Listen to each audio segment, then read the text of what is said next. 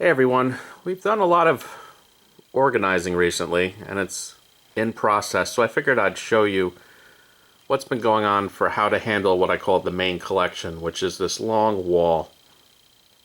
So before, pretty much every car was here, broken up by different countries of manufacture, but if you saw my other videos, I broke out all the cars from Japan maybe last year. So this room is now dedicated to cars from Japan.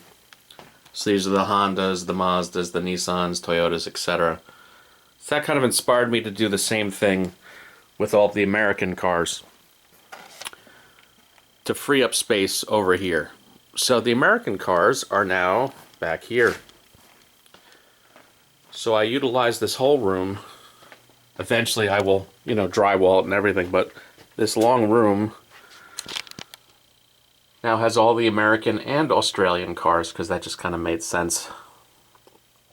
It made sense geographically too, in terms of how to best utilize this space.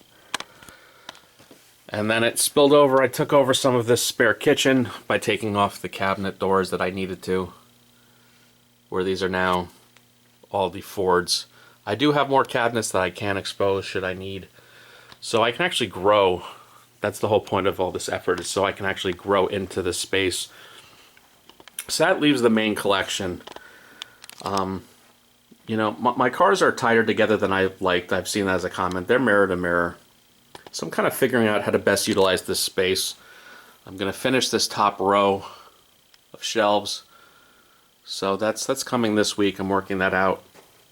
So the way I have it now, if you look, there's a lot of, cohabitation of, say, Mercedes that bleeds into BMWs, or Porsche goes into Volkswagen and Audi. And I'm thinking the best utilization is actually making complete rows, an entire row of BMWs, an entire row of Mercedes.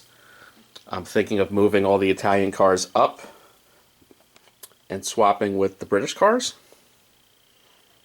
I think I'll have a room for that, and things will be spread out much more nicely. And utilizing every single shelf and every single row, I think the cars should be spaced out 2 to 3 times wider. I don't know if I'll have the room to angle the cars yet. I did move out. This used to be the Killed by GM section.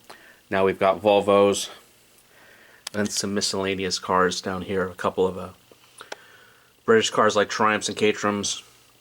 And I've got NSUs and smart cars. So, little miscellaneous stuff right here. But the main shelves should have a lot more room.